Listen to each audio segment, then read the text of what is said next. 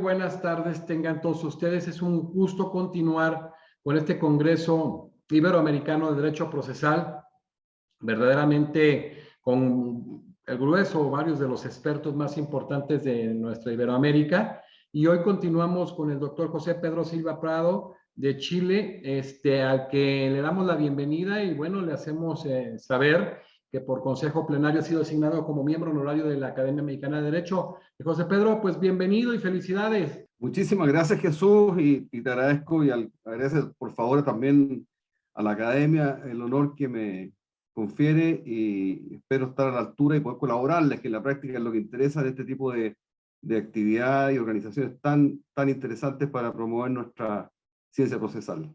Gracias.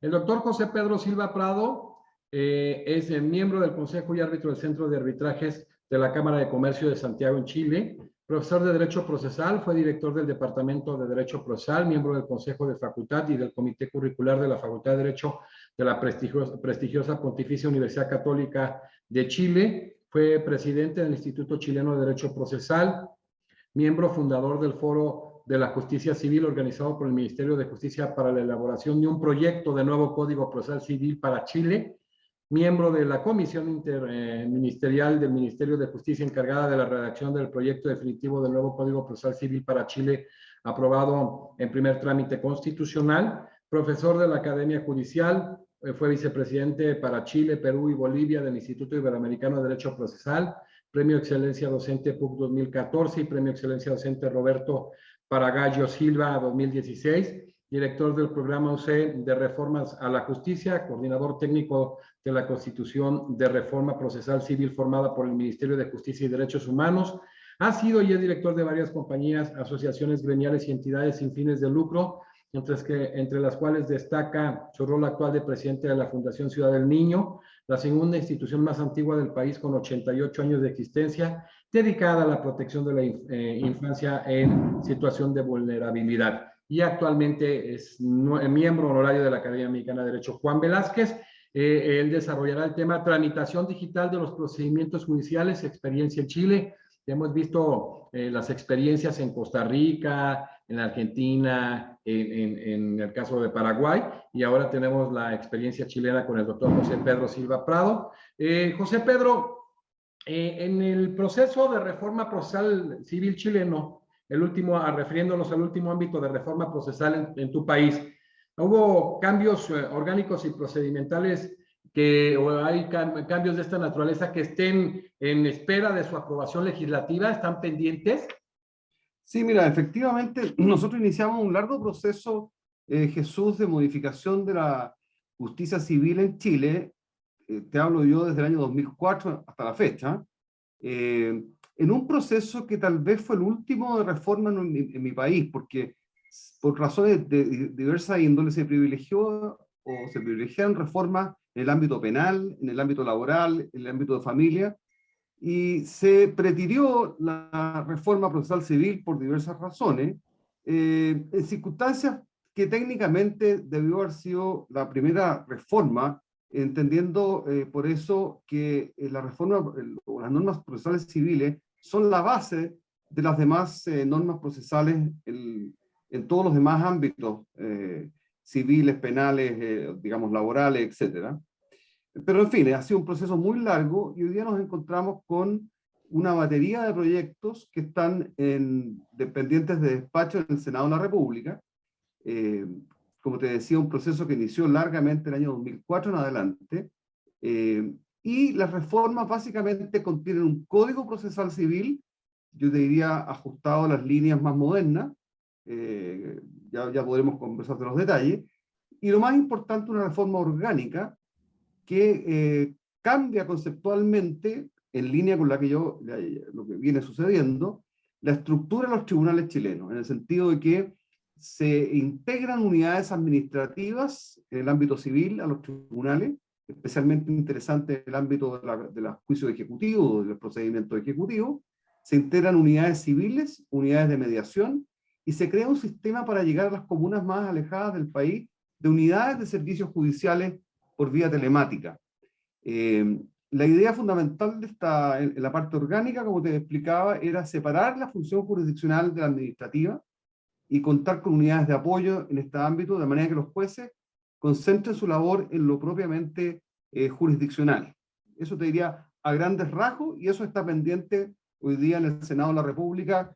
Yo te diría todos los proyectos afinados, esperando que se le dé la prioridad legislativa.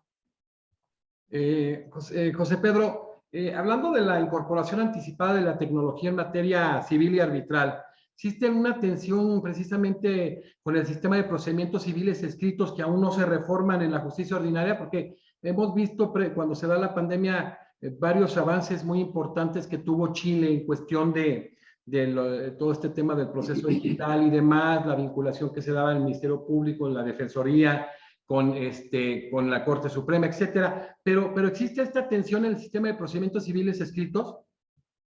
Sí, mira, ahí hay un problema porque, como te explicaba hace un minuto atrás, el proceso de la reforma procesal civil, que tú te podrás imaginar, avanza hacia procedimientos en que prima la oralidad, ¿no es cierto?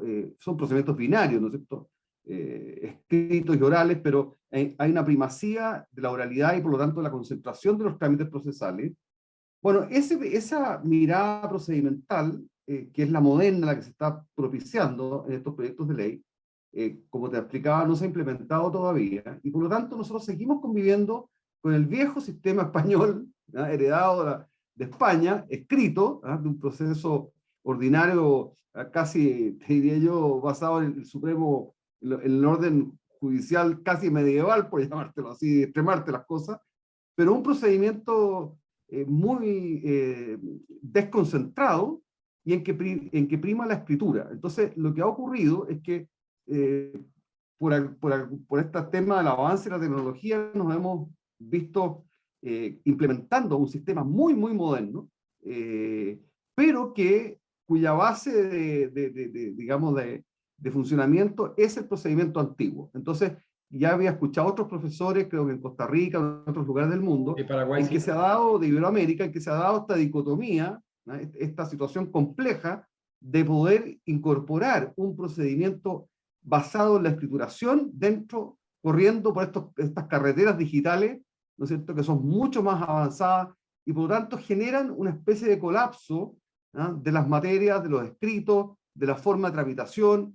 Hay un diálogo ahí, una ruptura del diálogo entre el procedimiento digital y el procedimiento, digamos, de los reglados, los códigos todavía centenarios, que no alcanza a dialogar. Entonces, el proceso que nosotros incluso en la reforma siempre concebimos como telemático, incluso antes de la pandemia,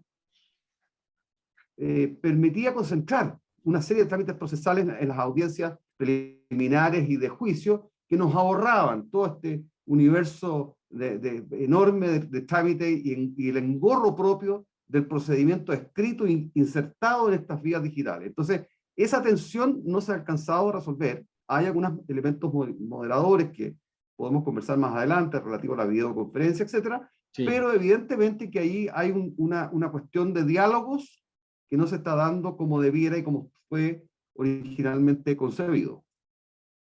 Oye, José Pedro, por ejemplo, cuando hablamos ahorita de esto que aún no se reforma, que está pendiente, ¿ha habido algún debate? Ya ves que ya en este Congreso Iberoamericano tan importante, pues se vio, por ejemplo, el caso de Costa Rica, el caso paraguayo, y era más radicalizado en el caso paraguayo, cuando hablaban, bueno, querían todo que se manejara la oralidad, la cuestión escrita, nada más la demanda, la contestación, les costó un poquito de trabajo a algunos países el tema de la implementación de las nuevas tecnologías.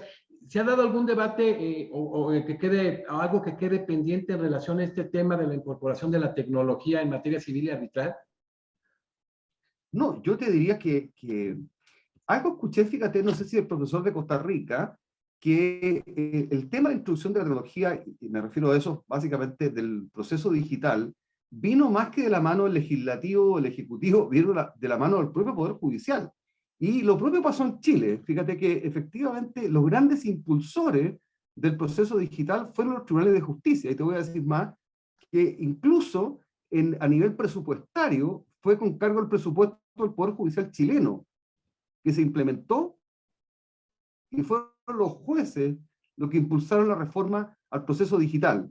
Este es un proceso que se inició, yo te diría que en el año 2015, entró a regir a mediados del 2016, y hoy día, y se implementó ni siquiera gradualmente, Jesús, desde luego se implementó para los procesos futuros. ¿Eh?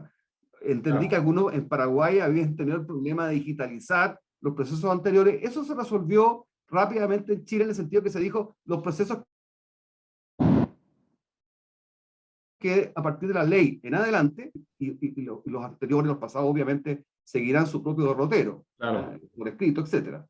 Yo te diría que ese proceso de digitalización se generalizó a todos los tribunales de la nación, no solamente a los civiles, entre paréntesis, sino que penales, laborales, etc., y en toda la jerarquía judicial, es decir, de los tribunales de instancia hasta la Corte Suprema. Y ya lleva 7 años de aplicación, yo te diría, muy, muy exitosa, en que ya el cambio cultural al cual los abogados siempre somos tan refractarios y que le teníamos tanto miedo, hoy día ya no existe, y hoy día estamos perfectamente adaptados, y yo soy uno de los partidarios más fervientes del sistema y creo que ha sido muy, muy exitoso, a pesar, como te digo, que no dialogue, a lo menos en el ámbito civil, con los procesos, digamos, digamos, de la legislación antigua. Oye, aquí hay un tema interesante. Tú hablabas de lo que abordaban José López y el magistrado de la Corte Suprema de Costa Rica, Jorge Olazo, en relación a lo que se ha vivido y cómo inicia el Poder Judicial en Costa Rica. Y en el caso paraguayo, pues veíamos el ejemplo de que ya existían, previo a la pandemia, los famosos jueces digitales, siendo la primera juez digital una miembro honorario de la Academia, Vivian López. Dices tú precisamente, tú eres de las personas que más le han apostado a este tema importantísimo. Creo que de lo poco bueno hemos coincidido y yo creo que es concluyente que es de lo que ha dejado, bueno, la pandemia dentro de todo lo malo que nos ha dado, que de alguna manera en algunas partes ya se había contemplado, pero realmente no había ni siquiera arrancado, como caso de muchos de nuestros países. México lo manejó en la reforma en materia de amparo, en la reforma constitucional de 2011, la reforma a la ley de amparo en 2013, pero iba muy lento el tema y se tuvo que acelerar por estas necesidades, ya hablando del expediente electrónico y demás. Chile sí fue cuando nos tocó a la academia hacer mesas muy importantes a nivel Iberoamérica del estatus que se tenía a los meses de iniciar la pandemia. De los más avanzados, bueno, ya había trabajado previo Paraguay, eran precisamente Paraguay, Costa Rica y Chile. En este sentido, la resistencia obviamente es cada vez menor en tu país, ya tiene muchos años con el tema. No se ha colapsado, no crees que pase nada de estos fenómenos, todo está verdaderamente controlado, con bien diagnosticado cómo se va a hacer el proceso de implementación. Mira, yo te diría que, mira, tuvimos la fortuna, Jesús, esas cosas realmente fortuitas, de que nosotros ya teníamos, entonces nos sorprende la pandemia con el proceso digital en marcha. Sí, es lo Por lo bueno. tanto, el legislador, esa fue una cuestión notable, porque del momento que nos encerramos en nuestras casas, ya los abogados siguieron los juicios funcionando, se dictó alguna legislación digamos, de intermedia para suspender algunos plazos en ese momento, por ejemplo, suspender prescripciones, suspender la posibilidad de suspender audiencia, etc. Pero en general, nosotros los abogados seguimos trabajando ya de nuestras casas con un proceso digital absolutamente implementado. E incluso hasta antes de la dictación de la última ley que te voy a comentar en un minuto, que ya, digamos, implementa este tema, empezaron tímidamente ya a autorizarse las audiencias mediante videoconferencia. Entonces nos tocaba alegar incluso ya en ese momento, en plena pandemia, ante la Corte Suprema, por ejemplo, a través de videoconferencia. Y por lo tanto yo te diría que hoy por hoy es una cultura bastante generalizada y muy naturalizada por los abogados. Y yo te agregaría otro elemento que no es, me parece importante, que es un fenómeno curioso, porque a propósito de esta digitalización y el control o transparencia que genera este proceso, porque nosotros tenemos una página única a nivel nacional, a la cual se pueden incorporar las partes, digamos, los clientes se pueden incorporar para saber en qué va su proceso, y se ha producido un fenómeno que a mí me parece muy interesante, el deseo o voluntad de los clientes, de las partes involucradas, de participar en las audiencias, porque resulta sumamente fácil desde su casa conectarse al link del tribunal respectivo y ver de forma muy transparente, cómo está actuando, qué es lo que se está diciendo, y comentarios de muchos jueces civiles. Eso ha sido favorable, sobre todo en las pequeñas litigiosidades. Me refiero, ponte tú, me imagino que también será en Ciudad de México lo relativo a los arriendos, los subarriendos, etcétera. Toda esa litigiosidad que es tan voluminosa, pero que representa situaciones, digamos, de la natural o la habitual ocurrencia de las personas, la posibilidad de los jueces tratar directamente promoviendo acuerdos de conciliación, promoviendo salidas autocompositivas, porque está la parte presente, que muchas veces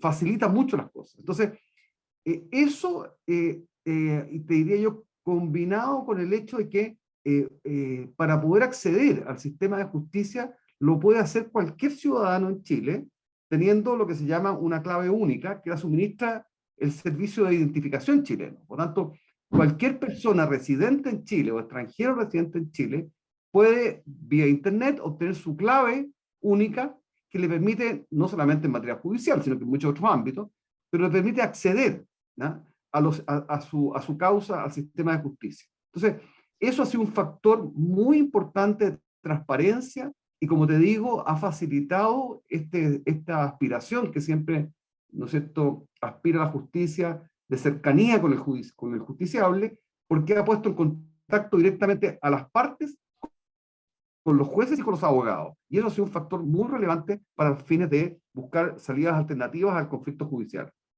No, no, y ha sido muy importante, ¿no? En temas de concentración, precisamente de celeridad y de economía procesal, en el tema de muchos principios que ordinariamente se cree que se pueden violentar o se pensaban previamente que se podían violentar con lo que es el uso de las nuevas tecnologías. Creo que se ha venido explicando claramente a través del Congreso y en nuestros países cómo eso es un verdadero mito, ¿no? José Pedro, vamos a ver un poco de esas etapas del proceso legislativo de incorporación de la tecnología en los ámbitos procesales chilenos, tanto procedimentales como orgánicos. ¿Qué te parece si iniciamos con esa primera etapa referida a documento electrónico y firma digital, que ya vimos un poquito cuando lo manejó y te lo vamos a reiterar la gente de Paraguay? ¿Qué refiere esta primera etapa? ¿Cómo se maneja? Mira, cuando tú me preguntabas, efectivamente, piensa tú que esta reforma, la última reforma, como te comentaba, o la primera reforma radical del sistema fue en el sistema penal. Eso se produjo el año 2000, y allí hasta el año 2005 hubo otro tipo de reforma, y la reforma procesal civil parte del 2004, y entre el 2004 y el 2022 han habido una serie de reformas que, sin modificar los procedimientos, han incidido sustancialmente en el tema procesal civil y en general. La primera fue la ley, efectivamente, de documento electrónico, que fue el año 2002, o sea, piensa tú, ya tiene más de 20 años. Es una ley, yo te diría, que se guió mucho por la ley de documento electrónico española, y que está vigente hasta el día de hoy, y yo te diría que fue una ley muy acertada, en el sentido que introduce y crea por primera vez el concepto del documento electrónico, de la firma electrónica simple, la firma electrónica avanzada, que todos conocemos, que en ese momento era todo una sorpresa, y genera la posibilidad, sobre todo de la administración pública, de empezar a generar documentos oficiales o instrumentos públicos a través o por las vías electrónicas. Esa digamos, ley fue pionera. Yo diría que a los abogados fue una verdadera revolución, que tenía algunos defectos que después fueron corregidos, porque si bien contemplaba el concepto del documento ya en un sentido mucho más amplio que lo que decían nuestros códigos civiles, daba un concepto muy amplísimo, como te digo, de documento y cómo se generaba o transmitía por vía electrónica, permitió, como te decía, una serie de aspectos muy positivos, pero tenía un gran defecto que después fue corregido, que si bien se reguló como tal, no se reguló su incorporación al proceso. Eso viene de la mano de reformas procesales posteriores, en las cuales se establece la tramitación procedimental del documento electrónico. Que antes, o sea, en el fondo, la concepción típica que nosotros los procesalistas hacemos entre fuente de prueba y medio de prueba. O sea, el medio de prueba entendido como la incorporación de la fuente al proceso. Ese tránsito no estaba previsto en esta ley y vino a ser, digamos, agregado, complementado por leyes posteriores, al punto que en el día de hoy todos los documentos, que a propósito de la tramitación digital, sean generados en forma electrónica o en forma física, se acompañan en forma electrónica. Es decir, si el documento electrónico no cabe ninguna duda, ¿te fijas? Pero si el documento físico se escanea y se sube en forma electrónica, y solamente en la hipótesis de que sea objetado el documento, como tú bien sabes, por falsedad, por falta de integridad, tú tienes que acompañar el documento físico en la medida que, claro, que el documento originalmente sea físico. La única excepción lo tienen los títulos ejecutivos físicos que deben acompañarse de esa manera. Claro. En el resto yo te diría que esa ley ha sido pionera y un aspecto interesante porque también se incursiona en el valor probatorio. Entonces, homologa el valor probatorio del documento en su versión instrumento, es decir, cuando da cuenta de un acto jurídico de carácter público, tiene el mismo valor del instrumento público, y tratándose de instrumentos privados electrónicos, si están firmados con firma electrónica avanzada, se entienden reconocidos, y por lo tanto, como tú bien sabes, el documento privado reconocido vale como instrumento público. Entonces, de ese punto de vista fue un avance formidable, pero como te digo, complementado con legislación posterior para, como medio de prueba, digamos, propiamente tal, incorporado al proceso. Esa fue la primera etapa. La segunda etapa, ya como lo comentábamos un momento atrás, fue la tramitación digital, Digital de los procedimientos, sí, claro. Ahora, en esa tramitación digital, bueno, yo creo que no hay muchas novedades, me imagino yo, a nivel iberoamericano, en el sentido que yo te diría que se creó, como te contaba hace un momento atrás, un sistema nacional unificado, en que están todos los tribunales de la República incorporados, desde la Corte Suprema hasta el último tribunal. Se tramita a base de una carpeta digital, con amplia publicidad, transparencia, etcétera. Cualquier persona puede acceder a este expediente, como veíamos las partes incluso, de esa forma. Y, en fin, yo te diría que implementó el tema por ejemplo, la posibilidad de constituir mandatos por la vía electrónica, etcétera, con hoy día prácticamente cero papel. Y una cosa interesante es que permite y ha permitido la interoperabilidad. Es decir, hoy día están los servicios públicos conectados con el Poder Judicial, muchos de ellos, tú te referías a la Defensoría, que ha sido al Ministerio Público. Yo trabajo mucho en los temas de infancia, también estamos conectados directamente con los tribunales, con las policías, la tesorería, etcétera. Hoy día es una realidad, y la última ley se amplió también a la posibilidad de establecer convenios de interoperabilidad con instituciones privadas, por ejemplo, con bancos o instituciones financieras, en fin, y otras instituciones que no son propias del aparato público. Entonces, yo te diría que en esta segunda etapa la implementación ha sido muy exitosa del proceso digital, y además yo te diría, Jesús, fue muy importante para nosotros porque cuando nosotros construíamos los datos para elaborar la reforma procesal civil, eran datos muy precarios y obtenidos en forma manual, en forma disgregada, eran poco confiables, en una palabra. La digitalización ha permitido, ¿no es cierto?, que el sistema te pueda reconocer exactamente dónde están los nudos que tú tienes que abordar en una reforma procesal civil.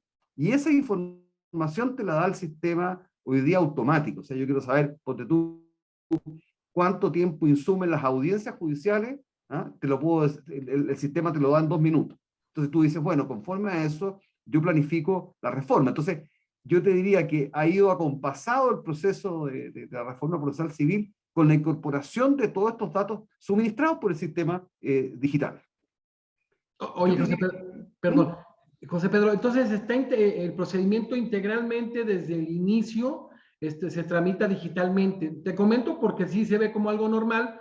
México lo está haciendo en parte, no la demanda inicial, por ejemplo, en materia de amparo, pero en las entidades federativas, en los estados, en los otros lados, provincias, no existe el expediente electrónico. Entonces, en Chile es integral. Integral. Yo creo que un factor se lo escuché, no recuerdo si al profesor de Paraguay o de Costa Rica, ha sido, oye, para nosotros muy importante es la calidad del Internet. O sea, la conectividad es básica. Afortunadamente en Chile no tengo clara habrá muchas razones, pero la calidad del Internet es muy buena, de tal manera que nosotros somos, como tú sabes, un país largo y angosto, y tenemos conectividad hoy día 100%, digamos. O sea, diría yo, los casos en que el sistema no ha funcionado son absolutamente excepcionales, y el propio sistema te arroja un certificado de que no en un momento determinado Sí, haya podido fallar la Internet. como Con lo cual garantía. Sí, sí. exactamente, con una garantía, te fijas, porque los abogados sufrimos pensando que el escrito no alcanzó a llegar No a llegar la y, no, carpeta y es ajeno digital. a ti. Sí, claro. Exactamente, y el sistema te arroja automáticamente un certificado que te permite justificar, ¿no es cierto?, la ampliación de plazo o la alegación de entorpecimientos probatorios, por ejemplo. Sí, sí. Bueno, y esa, como te explicaba, es la etapa del proceso digital Oye, que se oye, nada inició más, José Pedro, qué bueno que dices. Ya lo mencionaste tú, Fernando Barrio Canal de Paraguay hizo mención de la calidad y José López de la calidad del Internet. Yo reitero, esto ha sido muy importante para generar un proceso de homogeneizar la justicia en nuestra Iberoamérica. Y bueno, México ha avanzado mucho en algunas de las 32 entidades federativas en Guanajuato y Nuevo León y un poquito ya ha ido recorriendo los caminos hacia este proceso, transitando hasta toda la digitalización del proceso. Esta segunda etapa ha sido un éxito importantísimo. Ahorita vamos a ver los aspectos positivos, los negativos que puede haber dejado todo esto. ¿Qué momento fue el de despegue de lo que fue la digitalización del procedimiento, de los procesos, en el caso del expediente electrónico, toda esta tramitación en Chile? Y decías que había algo de que se había avanzado, pero ¿en qué momento? ¿Durante la pandemia concluida? ¿Cuál fue el momento clave de explosión hacia poder generar que este proceso verdaderamente estuviera instaurado de manera integral en tu país? Mira, yo te diría que como te explicaba, el proceso digital partió el 2015, se empezó a implementar el 2016, estábamos todos aterrados, los Claro, abogados, y los jueces, ¿para qué decir? cambio. ¿Ah? Pues claro, porque además, imagínate, oye, y con lo que nos había ocurrido en la reforma procesal penal, que se cambió como lo está haciendo México, entiendo, a partir del 2008, del sistema inquisitivo al sistema acusatorio, hay Sí, muchos abogados que quedaron fuera de combate, o sea, claro, no se abogados que no fueron actualizaron. capaces, claro, abogados que no fueron capaces de adaptarse, pero yo te diría que se produjo progresivamente este cambio cultural al que hacía mención con los abogados, ya nos estábamos muy familiarizados, también todos los abogados más viejos descansábamos más en los jóvenes para que nos ayudaran a ingresar los escritos, que se manejan con mucha más expedición que nosotros.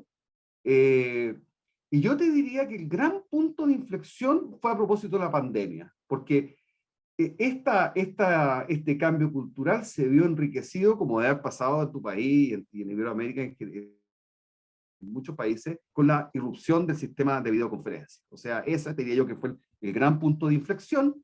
Eh, ha sido una revolución. Total. Yo le tengo una, o sea, soy de los hinchas más desatados por este fenómeno. Fue realmente una introducción que partió nuevamente los jueces mediante autos acordados, porque la primera ley de Sí, transición se limitaba a suspender audiencias, qué sé yo, pero son los jueces que tímidamente empezaron, y habían algunos tirones de oreja que llegaban de las cortes, los juzgados inferiores, que ya partieron con esta idea, hasta que llegó un punto en que nos congregó el Ministerio de Justicia y dijo, esta cuestión llegó para quedarse.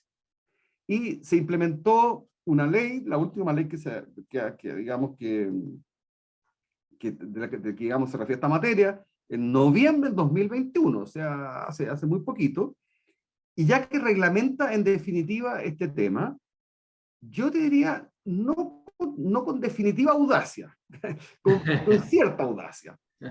¿A qué me refiero? A que esta ley armó o diseñó tres momentum.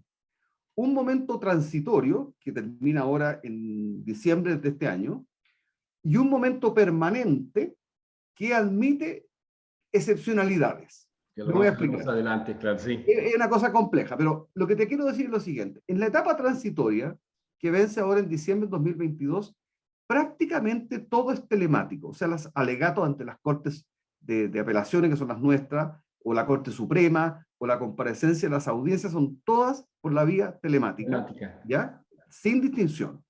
Lo único que hace excepción, Jesús, es la prueba viva. Es decir, los testigos, los absolventes de posiciones, tienen que comparecer al tribunal Presencial. físicamente, ¿ya? A menos que las partes de común acuerdo o el Sí, tribunal lo autorice, que puedan hacerlo en presencia de un ministro de fe en un recinto distinto. perfecto. Ese es el régimen transitorio. ¿Y la pericial, José Pedro? Es que la pericial en Chile está en una edad, digamos, arqueológica, digamos, de pompeyana, por llamarlo así, en que las pericias son elaboradas por escrito, me tocó una vez, fíjate, exponer en un congreso que me invitaron en España, en Barcelona, con mi amigo Jordi y otros Jordi Ferrer. grandes profesores, a conocer a la experiencia chilena. Y la experiencia chilena era, yo me sentía avergonzado porque nosotros estábamos en una etapa muy primitiva en que el perito emite su dictamen por escrito y se pone en conocimiento de las partes y las observaciones. Te hablo en materia civil, ¿eh? No en otra materia penal ni otros ámbitos, en la materia civil. Entonces, se acompaña por escrito y las partes hacemos observaciones por escrito. De tal manera que no hay una instancia oral de debate con el perito. ¿Ya? En materia civil, te vuelvo a reiterar, porque en materias penales y otros ámbitos está previsto. Entonces, cuando yo te hablo de prueba viva, me estoy refiriendo básicamente a la prueba de testigos y a la prueba que llamamos nosotros de confesión o absolución de posiciones, que no son lo mismo. De parte, que le llamamos el confesional. Exactamente. Bueno, en la lógica transitoria, estos peritos, estos testigos y partes deben concurrir al tribunal, a menos, como te decía, que las partes de común acuerdo refieran o indiquen en otro lugar. En el régimen permanente, por eso te decía que un grado de audacia, pero no tanto, en el régimen permanente se admite que los abogados podamos, y el juez incluso, actuar a distancia, por vía remota, pero los testigos, y nuevamente los absolventes o confesantes tienen que recurrir al tribunal. Yo creo que ese es el régimen permanente en el cual yo te diría que yo no estuve de acuerdo, yo participé en estas digamos, comisiones, en fin, yo no estuve nunca de acuerdo, porque me parecía que había que dar el paso definitivo. Y te digo una cosa, hoy día hay recaudos tecnológicos que permiten cautelar, ¿ah? Porque ¿cuál es lo que está detrás de todo esto? Es la posible influencia, ¿no es cierto?, de terceros o la autoayuda del testigo, o del perito, en este caso de ustedes, o del absolvente, en que que recurra a ayuda de memoria o le sople la respuesta, digamos, así de fácil. ¿Ya? Yo creo que, mira, eso tiene un montón de recaudos tecnológicos que no se supo dar un pie adelante. Te pongo, por ejemplo, mi experiencia como profesor en la Facultad de Derecho de la Católica, en que los exámenes de grado, o sea, para recibirse de abogado prácticamente, o de grado licenciado, lo hacíamos con dos cámaras. Había una cámara que estaba frente a la comisión y una cámara que estaba detrás del alumno, que podía hacerse incluso su propio celular. Y esa cámara estaba en manos de, vigilando esa cámara, un ministro de fe, que tenía una visión del lugar en que el alumno tomaba el examen de 360 grados. O sea, no hay ninguna posibilidad del alumno, digamos, de recibir ninguna información. Y el tema funcionó, viejo, fantástico. Nosotros tomamos cientos de exámenes de grado, y nunca hubo un problema. Y yo insinué alguna fórmula que digamos que tecnológicamente es muy posible, Claro. y no prosperó. Entonces, nosotros estamos ahora como te decía, en el régimen permanente,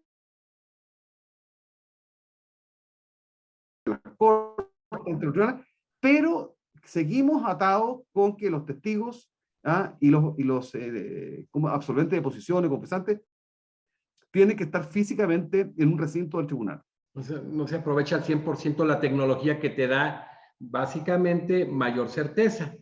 Así es, exactamente. Yo te diría que ese es un déficit Es un pendiente, ¿no? Es un pendiente que ahorita lo vamos a ver en esos pendientes, en esas cuestiones negativas derivadas de la incorporación de la tecnología a los procedimientos. Así es. Oye, José Pedro, en esta tercera etapa propia de lo del COVID se generan lo que es el tema de las normas de emergencia. ¿Cómo se da?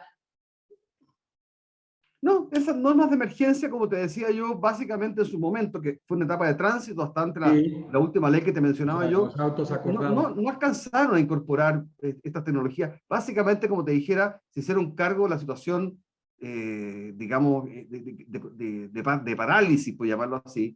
Entonces, y que estaba en peligro el debido proceso de las personas, paralizaron audiencia, y eso generó, Jesús, un tremendo problema, porque la ley estableció que las causas civiles quedaban paralizadas al momento de la recepción de la causa a prueba. Entonces se produjo un atochamiento gigantesco, ¿ah? Y piensa tú que incluso en los juicios, los procedimientos ejecutivos, los remates, por ejemplo, de bienes raíces, quedaron paralizados. Entonces, Claro. una vez que volvemos a la normalidad, ¿ah? El desafío de hacerse cargo de esto fue realmente muy, muy, muy grande. Reciente diría yo que estamos entrando un poquito en normalidad, pero fue un momento muy difícil para los jueces. Nosotros tenemos digamos, por ejemplo, la región metropolitana, solamente 30 juzgados civiles, y para que tengas una idea, cada tribunal civil conoce o tiene a su cargo alrededor de 35, 45 mil, 40, no, 35, 40 mil causas. Hijo, ¿Ah? qué Y complejo. esa es una locura. Claro, muchas son de juicio ejecutivo, que son más bien de fácil despacho, pero lo que tú quieras, siguen siendo 35 mil expedientes, digámoslo así, y preocupaciones, digamos. ¿Eh? Entonces, yo te diría que ahí se produjo ese problema que ya la última ley ha ido permitiendo ir progresivamente desatochando, y yo te diría que hoy por hoy el sistema de justicia está bastante normalizado. O sea, muchas cosas en su momento se hicieron por autos acordados. En su momento. Mira, lo que yo te he mencionado en el régimen transitorio y transitorio definitivo han sido por ley.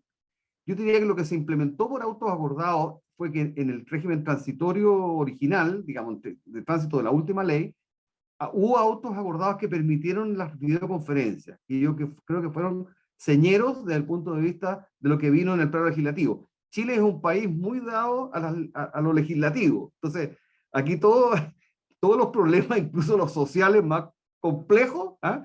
En la mente del chileno se resuelven con ley. Entonces, esa fue un poco la lógica, y hoy día lo que ampara el sistema digital y las videoconferencias es una ley de la República. Hoy día hay autos acordados que facilitan, porque tú, el funcionamiento operativo, pero la concepción está en ley, está por ley. No, bien interesante, porque por ejemplo el recurso de protección, que es el amparo chileno para nosotros, fue un acordado en el 76, ¿no? O sea, previo a la Constitución de 80. Por eso me llamaba la atención decir, bueno, es que a veces ahora con este tema del COVID se dio muchas situaciones de esta naturaleza desde el mismo España, ¿no? Pues para poder operar fuera de todos estos procesos legislativos. Claro, lo que pasó ahí en la Constitución del 80 nuestra es que se contempló el recurso de protección a nivel constitucional, ¿te fijas?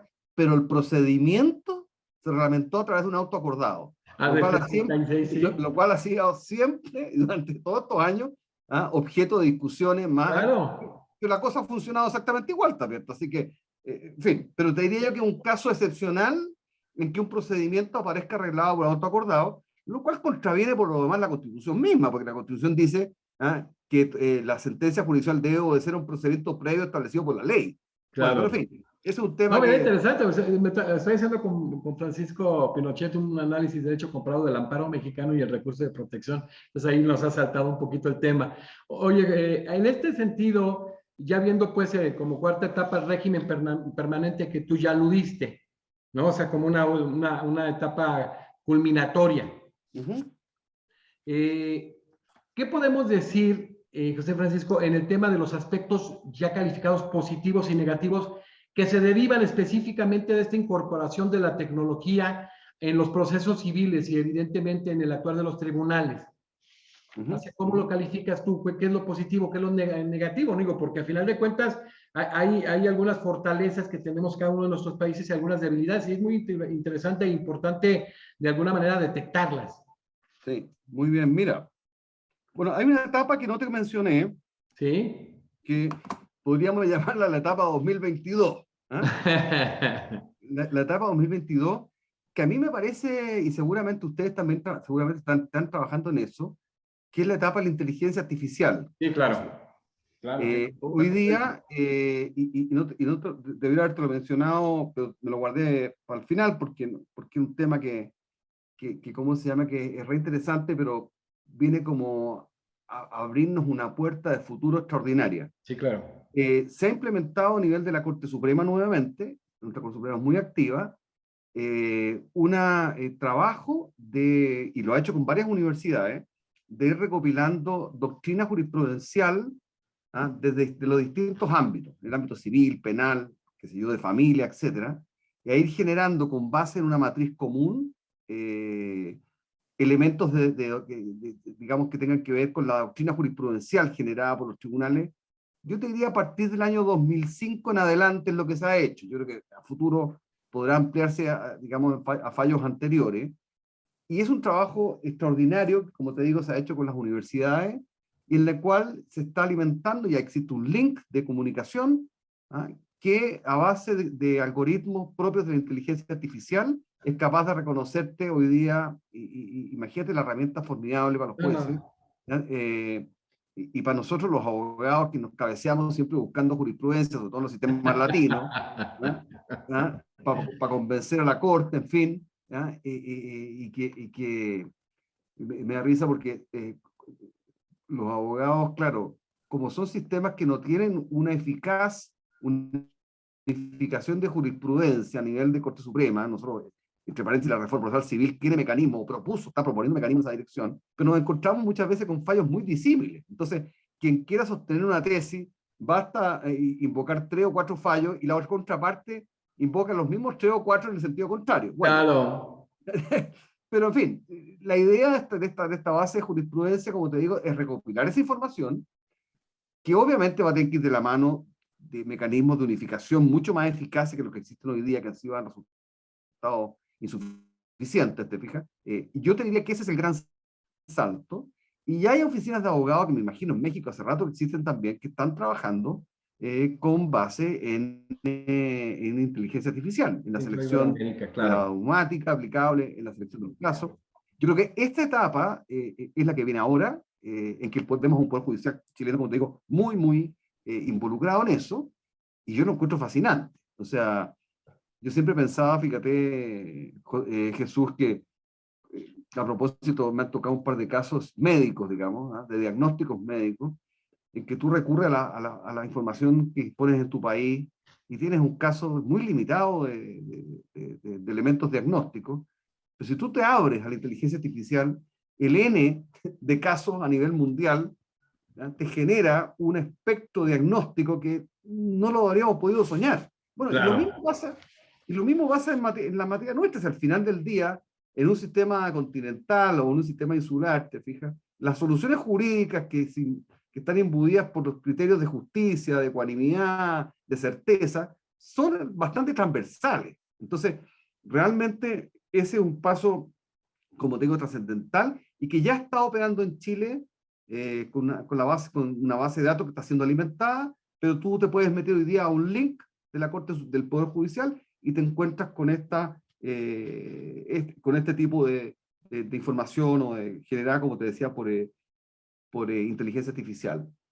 Ahora, aspectos positivos, yo no sabría por dónde empezar, porque los encuentro muchos. Todos casi. Yo los encuentro muchos, sobre todo que tú y yo, no sé, yo, a lo mejor tú eres más joven que yo, pero yo partí en la cosa con máquinas de escribir Underwood a teclas, digamos. Yo me acuerdo que trabajaba en un banco hace mucho, cuando empecé siendo primer año, segundo año de Derecho, y la gran novedad, llegó la IBM con unos ordenadores, te hablo del año 82 en Chile, y que nadie supo apreciar o nadie sabía apreciar ese momento. Pero hasta antes, así que me ha tocado la cadena completa del desarrollo tecnológico, y creo yo y soy un hincha más muy, digamos, las tecnologías las encuentro fabulosas. Ahora, grandes ventajas, muchas. Hay una que no, hay muchas obvias, digamos, pero hay una que a mí me parece que no se ha relevado lo suficientemente, que es que a lo mejor yo estoy equivocado o esto es un análisis que no corresponde, pero toda nuestra estructura procesal orgánica, y seguramente te pasa en un país federal como México, está estructurada a base de la territorialidad. O sea, un territorio, un tribunal, ¿ya? Ejerce su jurisdicción, su Sí. competencia dentro de un radio territorial, ¿ya? Y yo siento, fíjate, que la tecnología, y específicamente lo que hablábamos a propósito de la videoconferencia, está borrando esa frontera. ¿Ah? Se está produciendo una difusión, digamos, como se difuminan las fronteras físicas, como ocurrió con el comercio internacional, con la globalización. O sea, ya el mundo se achica porque las fronteras desaparecen. El otro día me tocaba yo, como me explicaste tú tan gentilmente en mi presentación, yo ejerzo mucho la actividad como juez árbitro.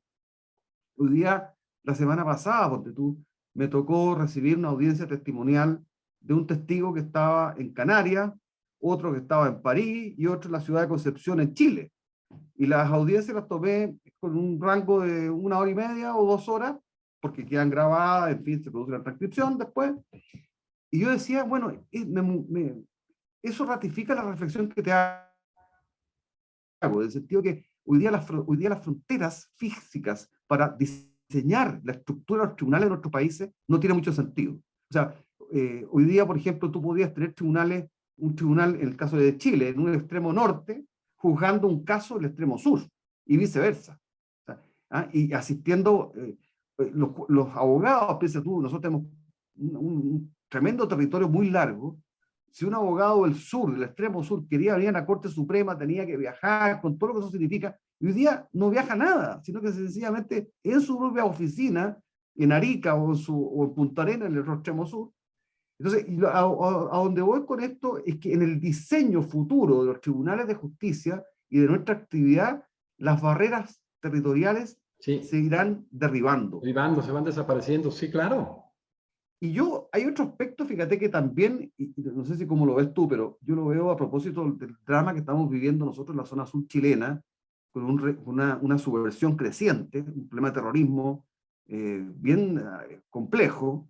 Me parece a mí que parte de esa justicia, y seguramente lo han vivido en Colombia, etcétera, y Claro, seguramente usted en alguna medida, no lo sé, también.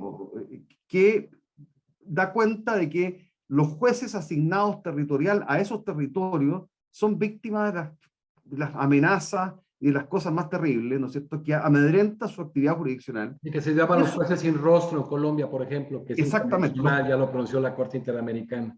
exactamente. Y tú eso lo podrías perfectamente alternar, o sea, evitar, digamos, por la vía de jueces a distancia, el sistema rotatorio, que de repente haya jueces de cualquier lugar del país a sorteo que estén juzgando un caso complejo en una zona dominada por factores terroristas, etcétera, en que no hay espacio al amedrentamiento, ¿no? ¿Te fijas?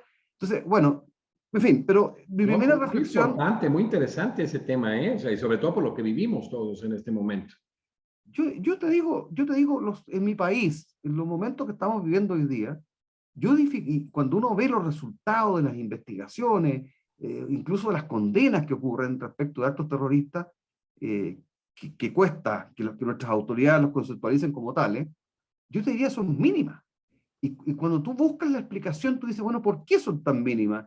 Yo creo que parte de eso hay un amedrentamiento de los jueces y los fiscales, y no cabe ninguna duda. Entonces yo digo, la sociedad tiene que reaccionar frente a eso, y la tecnología nos está dando una formidable herramienta para evitar esa situación, que al final del día redunda digamos, en todo lo que evidentemente supone, que la destrucción del Estado de Derecho, ¿no es cierto?, y a base de la impunidad. Esa es la verdad de las cosas. Bueno, entonces yo ahí, Jesús, en mi reflexión, creo que aquí hay un punto a desarrollar. O sea, realmente, si tú me dijeras hoy día, diséñate un nuevo sistema orgánico para Chile, de tribunales de justicia, yo creo que esta herramienta o este factor es absolutamente esencial. ¿Te fijas? Yo veo lo propio trabajo que hemos hecho nosotros, ¿ah? de distribución geográfica, y yo digo, esa cuestión está obsoleta al día. O sea, realmente no tiene sentido empezar a buscar, ¿te fijas? Distribución de territorio en función de factores físicos. Si las barreras físicas hoy día están derrotadas, ¿te fijas? Entonces, más bien habría que regular por la carga de trabajo, que un algoritmo y una inteligencia artificial a nivel nacional podría administrar perfectamente bien. Entonces, hay una noción del ejercicio de la jurisdicción asociada a la territorialidad que yo creo que la tecnología está derrumbando como se derrumbó el muro de Berlín. ¿Entiendes tú? Esa yo creo que es una cuestión muy importante, o tal vez la más importante. Yo creo que muchas cosas positivas, uno de los planteamientos, porque tú que nosotros nos dimos a pensar mucho, cómo perfeccionábamos el acceso a la justicia. Y la verdad es que el acceso a la justicia a través de medios telemáticos se facilita enormemente. Por lo tanto, totalmente.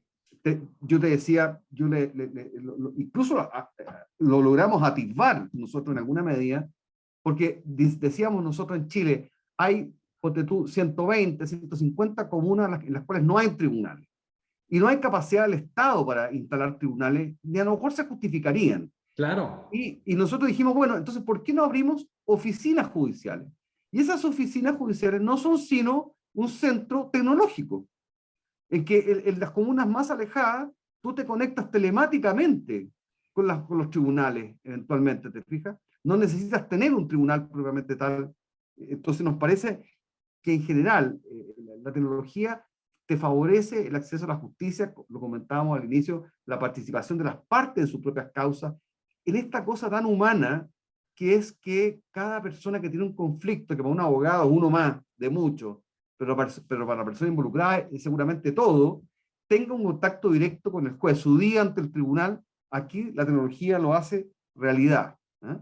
Con impacto, como te decía yo, en los temas de conciliación, de mecanismos autocompositivos, que me parece muy importante. Y no veo amenazas, yo te diría, mayores, en términos que yo por lo menos lo he podido percibir como juez árbitro y como parte también, en términos de la contradicción que se ve amenazada, en términos de la merma o de los derechos propios del debido proceso.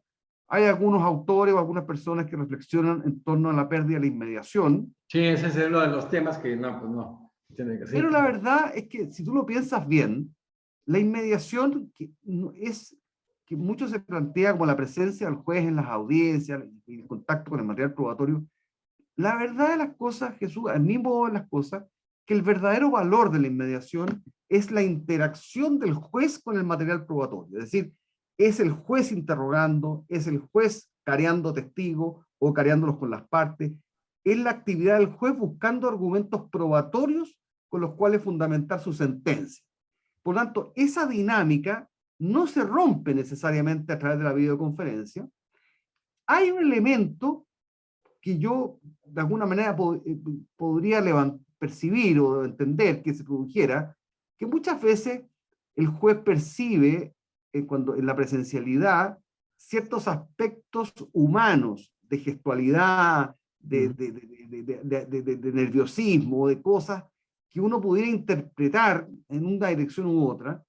Todos sabemos que en base a ese tipo de reacciones humanas no hay posibilidad de fundamentar un fallo. Claro que Pero no. sí, Pues, claro. no, pero sí hay posibilidades tal vez de redirigir, te fijas tú, una línea de interrogatorio, por ejemplo, en una forma en que sensorialmente te da o emocionalmente te La provoca. cercanía, la presencia física, sí. Pero es la única pérdida, y yo te diría que versus los beneficios, yo francamente creo que uno podría renunciar a ello. O sea, sí, eso del tema de la inmediatez, de la inmediación, evidentemente es uno de los puntos donde se hace énfasis, pero como dices tú, eso lo ves tú, lo concluyes, José Pedro, como uno de los, quizás el único aspecto negativo en todo este aspecto de generar la virtualización del proceso. Yo creo que sí, y te digo, pero ni tanto, ni tanto. Por lo menos en mi experiencia como juez, yo te diría que no he visto merma, ni me he visto limitado, ni he visto que el rendimiento o la generación de argumentos probatorios se ha visto afectada. No, para serte franco, no, pero comprendo que estar frente a frente al testigo, te fijas tú y mirarlo a los ojos, puede, como te digo, gatillar un mecanismo de emociones que te conduzca en una línea de interrogación u otra. Pero eso versus la posibilidad, pues, Jesús, de interrogar, Probatorio, sí. claro, la posibilidad, la facilidad de, te fijas tú, de interrogar testigos ubicados en los más remotos lugares, yo encuentro, francamente, que me parece un bien superior. Oye, y agregando precisamente a todos estos beneficios, aspectos positivos, el tema de cómo se pondera y se hace efectiva la economía procesal, ¿no, José Pedro?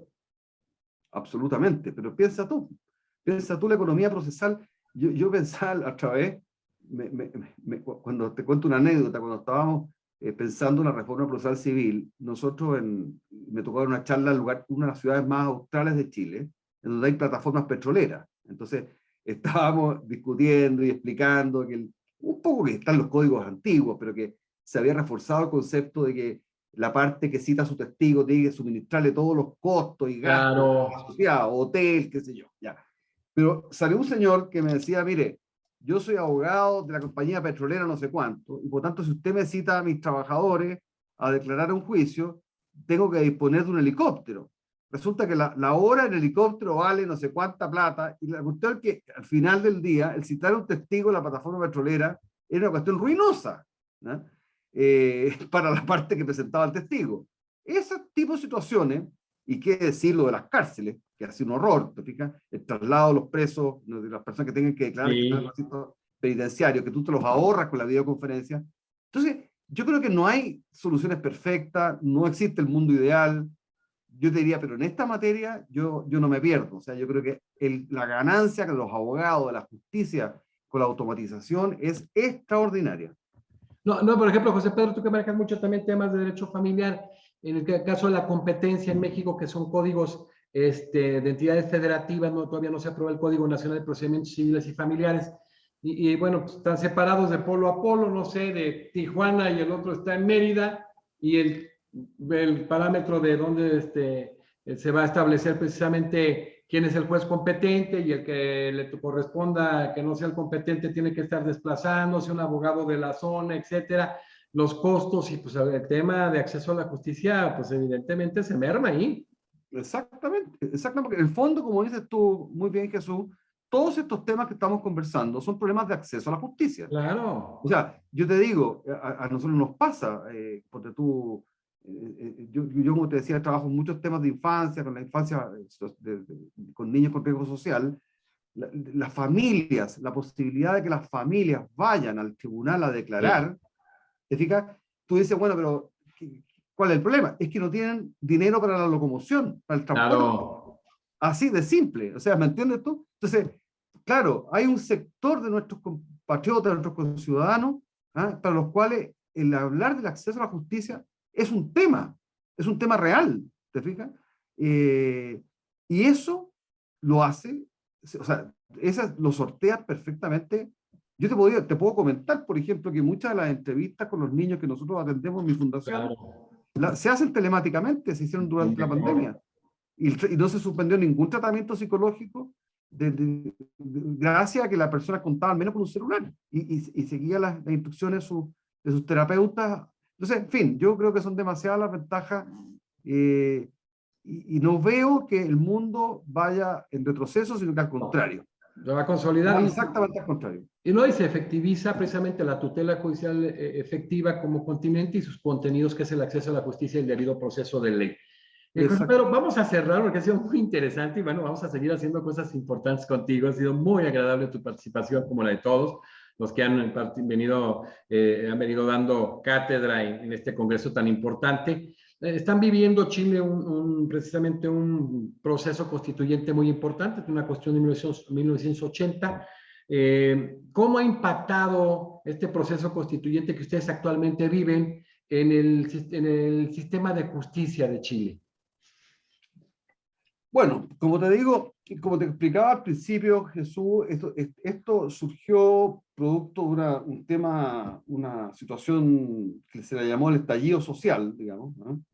Que ahí uno podría discutir mucho el tema, pero en fin. Y una forma de solventar o sortear la crisis que se percibió en ese momento fue llegar a un acuerdo constitucional, ¿ya? Que por lo demás, paradójicamente, no estaba en las prioridades de las personas en las encuestas previas. Si tú preguntabas antes, los temas eran la seguridad, el empleo, ¿ah? En fin, pero en fin, los políticos saben manejar las cosas y nos vemos abocados a un cambio constitucional, de una constitución que fue efectivamente dictada en la dictadura de Pinochet, pero que después fue totalmente cambiada, yo te digo un 70% Claro. con el presidente Lago. O sea, incluso el presidente Lago, un presidente de centro-izquierda, ¿ya? Postulaba que esa era la constitución realmente democrática. Pero en fin, eso es historia. Lo que se plantea ahora, se eligió una convención constitucional, que usted seguramente habrá leído en la prensa, qué características tuvo, y produjo un texto que se va a someter a plebiscito, que en realidad cambia y produce un verdadero terremoto en las instituciones chilenas. Desde luego, a nivel del Poder Judicial, ¿ah? Que es lo que nos convoca, desaparece el Poder Judicial como tal, como un poder del Estado, y se transforma en una cuestión difícil de explicar, de sistemas de justicia. Integra sistemas de justicia indígenas con sistemas no indígenas, bajo una supuesta vía uniformadora de la Corte Suprema. Sistemas de justicia indígenas que en Chile tienen poco sentido, porque en realidad en Chile el tema indígena no es el mismo que existe en otros países, ¿eh? Como en Bolivia, en Perú. Como Aquí no hay, Perú, en zonas de aquí, México. claro, la base indígena desde luego no Paraguay. debe superar el 10% de la población y está en general asimilada al país, digamos. Entonces, se crea, como te digo, estos sistemas de justicia y que aparentemente van a plantear, porque no lo dice mayormente el texto, una justicia separada para unos y para otros. ¿Ya? Primero, destruyendo, como te digo, el concepto del poder judicial, ¿ah? Como concepto de esta tríada de poderes que equilibran, desde la época de la Revolución Francesa, equilibran los poderes del Estado y la estructura y funcionamiento del Estado de Derecho, ¿cierto? Que es el poder judicial, el legislativo y el ejecutivo.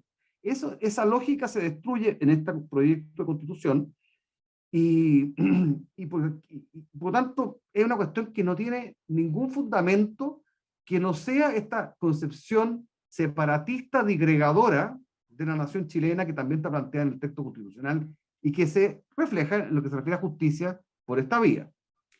Enseguida nos proponen un consejo de la magistratura que, si tú lo miras conceptualmente, no es malo, porque nuevamente es a propósito de sacar las funciones que no son jurisdiccionales, te fijas tú del Poder Judicial, por llamarlo así, Claro. o de la La jurisdicción. institución, bien manejados, claro. Exactamente, lo que tiene que ver con los nombramientos, los jueces, los ascensos, etc. Y hasta ahí uno podría, yo te Cuestiones diría, disciplinarias, sí. podría convivir con eso, si el tema de fondo es que la composición de este Consejo de la Magistratura o Consejo de la Justicia es una composición que va a facilitar muy fuertemente la politización. Desde luego los jueces están en minoría, hay escaños reservados para personas de etnia indígena, cosa que nadie se ha podido explicar qué hacen allí o qué podrían hacer ahí, más una integración meramente política. Entonces, hay ahí una impostura, una cuestión ajena a la realidad que se nos quiere imponer, te fijas, y que yo creo que ha tenido mala experiencia en el derecho comparado. O sea, yo creo que no he conocido experiencias exitosas de consejos de la magistratura. Yo recuerdo que una vez, a propósito, en una comisión ministerial, me tocó visitar la sala del Tribunal Civil del Tribunal Supremo Español, y me quedé gratamente impresionado por la calidad, por la altura, pero la queja unánime de todos los jueces era que tenían un consejo de la magistratura totalmente politizado, que tenía paralizados los Ese nombramientos. es el detalle. El miembro de la Ya, Consejo de la Judicatura Federal, interesante. Sí, sí, ahí cómo se equilibra, así cómo se nombra, cómo se designa en todo. exactamente. yo, como te digo, conceptualmente no me complica el Consejo de la Justicia en la lógica que conversamos, pero la composición, que al final todo, mira, al final yo creo que nosotros los abogados buscamos que el sistema judicial funcione y funcione igual para todos, que sea independiente, que sea inmune a las presiones, en un mundo ideal, ¿no es cierto? Y que pueda impartir justicia sin sesgo, imparcial. Y obviamente este tipo de situaciones van en la línea contraria.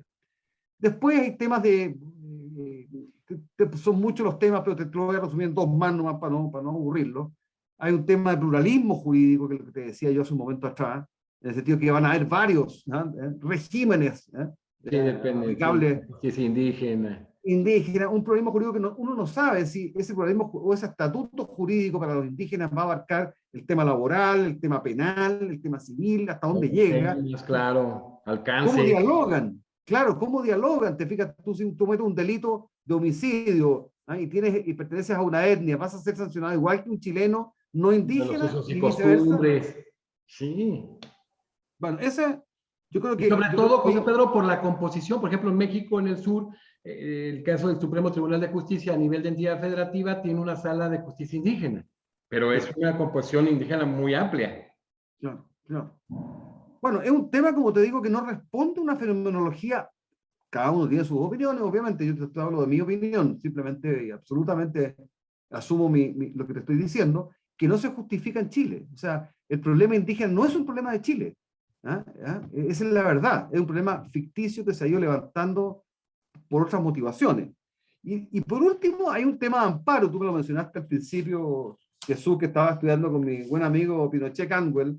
Con Paquito, que estamos vamos a Sí, buscar una obra de análisis de puntos de contacto y diferencias en el amparo mexicano y en el recurso de protección de Chile. bueno, yo te advierto y te pongo sobre aviso, querido Jesús, que tu obra no vaya a quedar obsoleta, porque dentro de los planteamientos de esta nueva constitución está eliminar el recurso de protección, ¿ah? Ah, qué bien. y, Que y me digas. trasladarlo a un mecanismo de tutela ante los tribunales de instancia. Es decir, hoy día el recurso de protección que protege ciertas garantías constitucionales, te fijas tú, Sí, no todas, porque muchas son aspiraciones programáticas, ¿no es cierto? claro. Ya eso lo conocen hoy día las Cortes de Apelaciones a base de este procedimiento de auto acordado Qué muy bueno. expedito, pero que funciona a la perfección, o sea, no sé si Sí, a la sí, sí. perfección, pero funciona muy bien. 76, sí, La, sí. la idea es transformar estos procedimientos a cargo de los tribunales superiores de justicia, trasladarlos a los tribunales de base, Ah, y por caray. lo tanto incorporarlo en la cadena jerárquica, si tú quieres, que en la práctica, piensa tú, lo que va a significar. Cuando tú tienes 400 tribunales de base, vas a tener 400 criterios distintos y eso somételos además a la cadena recursiva que seguramente te Claro. va a... Entonces, cuando tú tengas un tema de tutela urgente, Que adiós. esa urgencia se va a transformar en un juicio ordinario. Entonces, Qué barbaridad, si ojo, hablamos de un procedimiento de emergencia, o sea, ¿cómo? A ver, José Pedro, ¿y la denominación va a ser diferente? A ver, platícame, ya me inquietaste. no, el recurso se llama de tutela de derechos fundamentales, que elimina el recurso de protección y yo te puedo O sea, mandar recurso de tutela, vaya más parecido a la denominación, a la acción de tutela colombiana. tutela de derechos. Yo no me acuerdo Sí, sí, exactamente si esa es la denominación, pero esa es la sí, lógica. porque el único país que manejan como tutela es Colombia. Claro, ¿no? ¿Cómo te digo? Y yo creo que aquí, digamos, esas típicas cosas, como te dijera yo, construccionistas, que por la vía de pretendidamente amplificar la protección, terminas matándola. Sí, Porque hoy día yo tengo cualquier conflicto, yo te digo, del ámbito contencioso administrativo, por ejemplo, que en Chile no hay tribunal de contencioso administrativo, tú te vas directamente a la corte, viejo. ¿Ah? claro, Te negaron un permiso de construcción de un edificio, a la hay corte. ya, pero tú vas a la corte y frente a arbitrariedades manifiestas se restablece rápidamente el imperio del derecho. La Constitución dice que no obstante eso, tú puedes demandar posteriormente en juicio ordinario, cosa que nunca ocurre. O sea, Claro, las personas, los que lo justiciables restituyen. se satisfacen con la tutela otorgada por la corte. Eso hoy día tú lo puedes solucionar, te diría yo, que en 6 meses hay una apelación a la Suprema, te doy 8 meses máximo. con un mecanismo como este, de partida amplificado a todos los derechos sociales, imagínate lo que eso significa, es decir, lo transformaste en un juicio ordinario. Por lo tanto, tu tutela, en el fondo, se genera el efecto inverso al buscado. Fíjate nada más. O sea, Explicación, esto puede ser una cuestión inconvencional con relación al artículo 25 del Pacto de San José, ¿no, José sí, Pedro? sí, sí, yo creo que sí, porque lo que pasa es que lo que los convencionales no entendieron, O sea, que el derecho procesal trabaja que el tipo de la tutela es tributario del tipo de procedimiento. claro, La violación de un contrato de suministro de petróleo, ¿no es cierto?, lo puedo discutir durante 3 años, pero la vulneración de una garantía constitucional que viola, ¿no es cierto?, mi derecho de acceso a un trabajo porque he sido discriminado arbitrariamente, no puede esperar 3 años. Por lo claro. tanto, tiene que ser tributario de mecanismos extremadamente expeditos y ojalá discernidos por jueces, ¿no?, del más alto rango, que Claro, y que pueden tengan la generar, experticia en procesos constitucionales. claro, pues, y que puedan generar ciertas constantes o doctrinas uniformes. Qué delicado es ese tema, ¿eh? Digo, pues, vamos involucionando, parece ser. Oye, que en esto que manejas, fíjate, esto del tema de las nuevas constituciones, de hecho vemos las constituciones más añecas de América Latina, la de 1853 de Argentina, la del 17 de México, la del 49 de Costa Rica y la del 67 de Uruguay. Seguía la de ustedes del 80, entonces como que se van hacia esa moda, ¿no? Como dices tú, se ha venido adecuando. La Constitución es cierto que es del 80, pero hubo reformas radicales, como en su momento la del 94 en Argentina, la del 89 en el caso concreto que se dio en Costa Rica. Bueno, México ha tenido cientos, pero vamos a hablar de la 88, 94, etcétera, la de 2011. Son como que, qué necesidad, ¿no, José Pedro?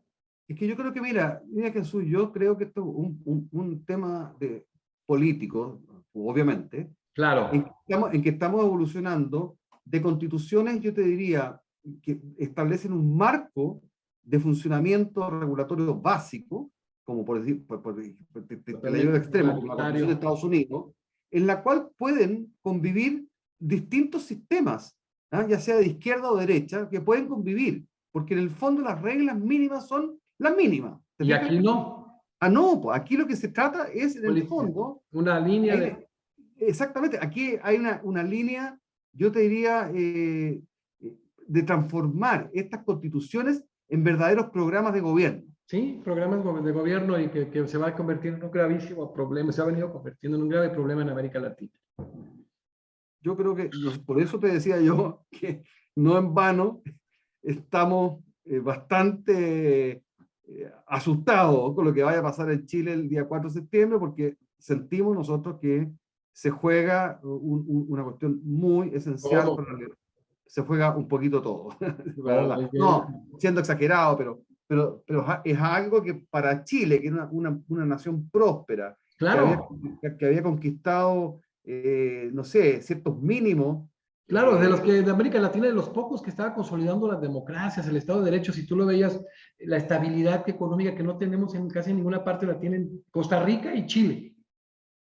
Bueno, eso hoy día, mi querido Jesús, está siendo amenazado, es un tema que nos tiene muy complicado, ha sido tiempos duros, no solamente por la pandemia, sino que específicamente por esto, que realmente a los abogados, a la gente de derecho, del derecho, a la gente que convivimos un poco con la justicia, entre otros, por supuesto, pero nos tiene particularmente muy, muy complicado. Pues, ni hablar. Vamos a seguir platicando contigo en algunas otras mesas, en algunas otras participaciones individuales con la academia. Muchísimas gracias, Encantado. José Pedro. Hoy de veras también estamos de gala. Nos ha continuado de manera extraordinaria este congreso tan importante en derecho procesal a nivel iberoamericano. Hoy nos acompañó el doctor José Pedro Silva Prado de Chile, quien es miembro del Consejo y árbitro del Centro de Arbitrajes de la Cámara de Comercio de Santiago, miembro fundador del Foro de la Justicia Civil, organizado por el Ministerio de Justicia para la elaboración de un proyecto de nuevo Código Procesal Civil para Chile, profesor de la Academia Judicial, profesor en diversas universidades, fue vicepresidente para Chile, Perú y Bolivia del Instituto Iberoamericano de Derecho Procesal, miembro honorario de la Academia Mexicana de Derecho, con el tema tramitación digital de los procedimientos judiciales, la experiencia chilena, extraordinaria disertación de nuestro amigo del doctor José Pedro, y nos vemos en la siguiente semana con la continuación de este congreso con el mejor procesalista cubano, el doctor Juan Mendoza. Y bueno, me voy a despedir del doctor José Pedro Silva Prado y seguiré fuera de línea un par de minutos.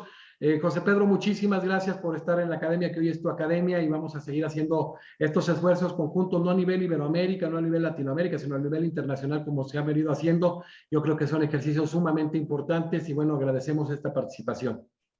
Muchas gracias, Jesús. Un honor para mí y a tu disposición. Gracias a todos y nos vemos en la siguiente conferencia.